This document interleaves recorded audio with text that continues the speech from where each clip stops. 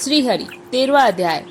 राजा दृढ़ धनवा की कथा। सूजी कहने लगे, हे ऋषियों, अब मैं दृढ़ धनवा की प्राचीन कथा तुमसे कहता हूँ। हे देश के चित्रधनवा का पुत्र महातेजस्वी, सब गुणों से युक्त, सत्य बोलने वाला, धार्मिक दृढ़ धनवा नाम से विख्यात हुआ।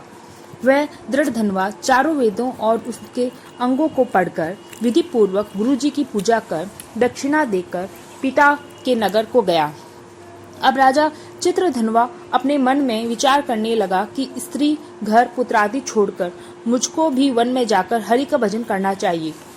ऐसा मन में विचार कर समर्थ राजा दृढ़धनवा को सब राजपाट सौंपकर विरक्त होकर पुलह ऋषि के आश्रम को चला गया। वहां जाकर तप करने लगा। कितने ही काल तक तप करके चित्रधनवा हरि के धाम को चला गया। दृढ़धनवा ने जब अपने पिता की मृत्यु को सुना तब अपने पिता की सभी दैहिक क्रिया की और फिर राज्य करने लगा। राजा दृढ़धनवा की गुण सुंदरी नाम की स्त्री थी।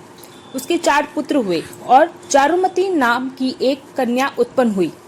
उसके पुत्र चित्रवाक, चित्रवाह, मणिमान और चित्रकुंड नाम से विख्यात हुए। एक समय सोते समय उस राजा के मन में यह विचार उत्पन्न हुआ कि मेरा यह सब वैभव किस पुण्य के प्रभाव से हुआ। न मैंने कोई तप किया, न दान किया, न कुछ हवन किया। राजा के इसी विचार करने से सारी रात्रि व्यतीत हो गई। प्रातः ब्रह्म मुहूर्त में उठकर यथा विधि स्नान आदि करके हर उदय होते हुए सूर्य को अर्घ तथा ब्राह्मणों को दान आदि देकर वह राजा घोड़े पर चढ़कर शिकार के लिए वन में गया। वहां उसने शिकार किया तो उसके बाण से घायल होकर एक मृग दूसरे वन में भाग गया। घायल मृग की शरीर से गिरते हुए रुधिर के निशानों से राजा दृढ़धनवा भी उसके पीछे पीछे गया। वह थोड़ी देर में मृग राजा की निगाह से ओझल होकर कहीं छिप गया। राजा ने प्यास से व्याकुल होकर फिरते फिरते सागर के समान एक सरोवर को देखा। वहां पर जाकर उसने पानी पिया। वहीं उसने अत्यंत घनी छाया वाला वट का वृक्ष देखा। उसकी जटा में घोड़े को बांधकर राजा वहां पर बैठ गया। वहां पर मनुष्यों की वाणी बोलता हुआ तोता आया। राजा को अकेले बैठा हुआ देखकर वह शुक्र बार बार एक ही श्लोक बोलता रहा, तू पृथ्वी पर सुखों को देखकर सारा वस्तु को नहीं विचारता तो कैसे पार पहुंचेगा।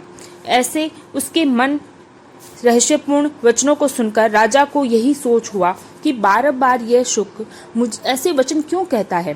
क्या यह सुखदेव जी हैं जो मुझ मूढ़ को संसार सागर में डूबे हुए देखकर मुझको श्री कृष्ण का भक्त समझकर मुझ पर कृपा करके उद्धार करने को आए हैं। वह इसी विचार में था कि पीछे से उसकी सेना आ गई। वह तोता तो राजा का उपदेश देकर अंतर्धार्य हो गया और राजा अपने नगर में सुख के वाक्यों को स्मरण करता जा रहा था। महल में जाकर एकांत में बैठ गया। उसने भोजन छोड़ दिया। वह निंद्रा रहित ही पड़ा रहता, किसी से बोले नहीं। रानी ने आकर उसे प्रेम सहित कहा, उठो, उदास क्यों हो, बैठो। किंतु राजा ने बोला। स्त्री का प्रेम निवेदन ठुकराकर राजा बहुत समय ऐसे ही चिंतित और दुखी रहने लगा। 13वां अध्याय समाप्त।